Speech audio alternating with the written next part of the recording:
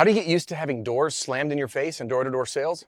Well, that's why I wanted to make this video, because when you get into this industry, it can be soul crushing. You go out all day, every day, and you have people with, like that house right there, no soliciting signs. There's no opportunity. The next one you knock, they open it. They scream at you sometimes, telling you to get a real job, that you're a scumbag. If they wanted a roof, they'd go on the internet and call you. And you feel beat down, and you come home sometimes after an entire day of being in the sweltering heat. By the way, it is 94 degrees right now in Colorado. I'm just sweating just walking. And then you're like, gosh, I have nothing to show for the effort that I put in. What in the world? Why am I doing this? Well, that's why I wanted to make this video, because when I got into the business in 2011, yeah, another no soliciting sign right there. When I got into this in 2011, I didn't grow up wanting to be in roofing sales. I, in fact, did what people tell you to do, which is follow your passion in life. And that led me to natural medicine. I started a practice. I didn't know anything about business. I had no clients, and to make ends meet, I got a job as a massage therapist at a terrible franchise, getting paid peanuts. I was making under 20 grand a year, and that's when Easter came along, and I couldn't afford to go see my family, to drive. It was 2 hours. I was living in Madison, Wisconsin. They were in northern Illinois, Gurnee for my friends that know the area. And anyway, my mom's like, why aren't you going? And I was like, well, I can't afford to get in there. And she had no idea how broke I really was. So anywho, on the drive in, my mom, long and short of it, sent me 20 bucks for gas to drive in. So I called her up on the drive and to say thank you. And then my stepdad, his name's Ron. I didn't really know much about his working life because my parents divorced later in life. And he says, Adam, if you're looking to make a change, you can make $100,000 a year selling roofs door to door. When I first heard this, I'm like, come on, I didn't know door-to-door sales was still a thing, and I know nothing about roofing. So why would I do that? Well, I had a bunch of time to think about it. Long and short, I took the job, and it changed my life. I 7x'd my income in my first 8 months. I worked my way up, filled every position, and became the chief operating officer of a company that operated in 5 different states and 6 different cities. And the reason I'm making this video for you today is because I know that whether you're new or you've been doing this for a while, it can be soul crushing having doors slammed in your face. So I want to teach you two different techniques to use to just get used to it. So number one is to not take it personal. And my guess is your eyes just rolled. You're like, seriously, dude, everyone tells you to not take it personal. Well, let me quantify that for you. What do I mean by not take it personal? Now, I read this is an ancient Chinese proverb, if I remember right. And believe it or not, I actually had a hard time sourcing this one, but I'm going to share the story with you. And what's important is the message in here. So the fable goes that there's a man in a canoe paddling upriver. And he looks off in the distance and he sees another canoe coming right towards him. And he starts getting up in his canoe and he's screaming at the guy in the other canoe. And he says, hey, watch where you're going. You're coming right towards me. And they're about to collide. And the other canoe doesn't change direction. So the guy in the canoe that's paddling upriver keeps screaming at him like, man, I got the right of way. I'm going upriver. You got to move.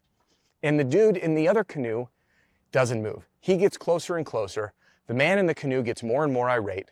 And smash, just like that, they collide. He tumbles down, he falls down, drops his paddle. He gets up, and by the time he gets his stuff together, he turns around and looks over his shoulder, and what he sees is an empty canoe passed by.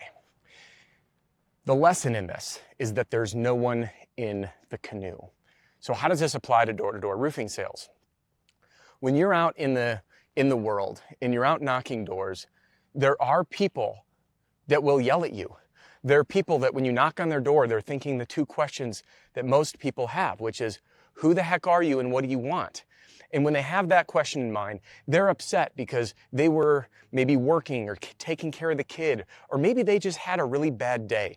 And it doesn't matter who shows up. You're the empty canoe and they're taking out all of their anger on you, but it really has nothing to do with you.